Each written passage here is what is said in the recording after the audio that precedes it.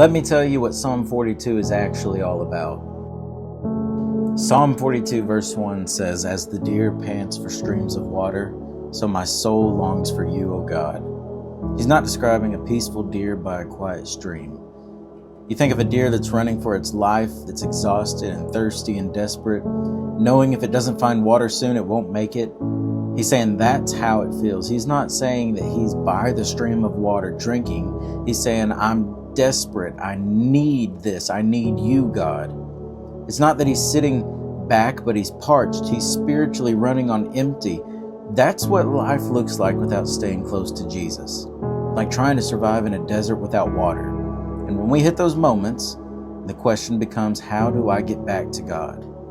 Through prayer, through worship, through songs, psalms like this one, through being around people who remind you it's true when you can't feel it.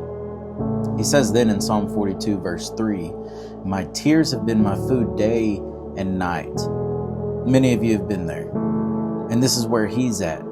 Deep sorrow. It's not just his own pain. He knows people who mock God are watching him struggle as well.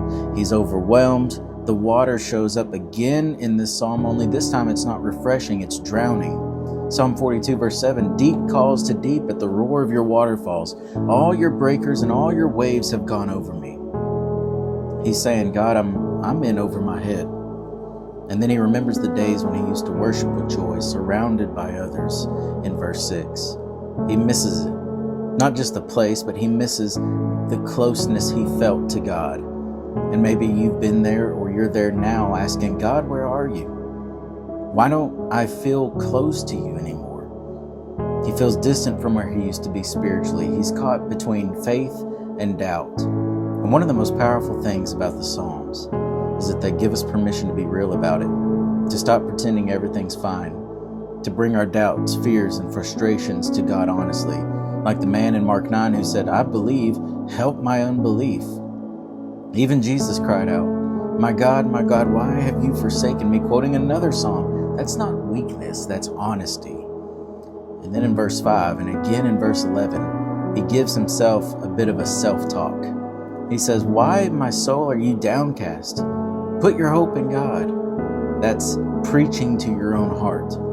Sometimes you have to tell yourself what's true when you don't feel it.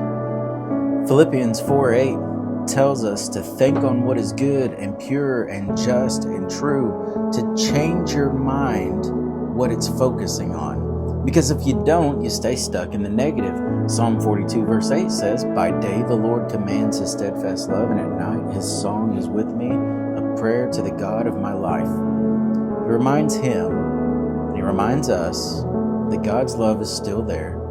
Even when the waves keep crashing, his steadfast love never leaves. And by the end, nothing around him has changed. His circumstances haven't changed within this psalm, but he has. He has made the change from despair to hope. He's saying, I'm still hurting, but I know who my God is. So when you don't feel close to God, don't fake it. Talk to your heart. Use the Psalms. Remind yourself who he is.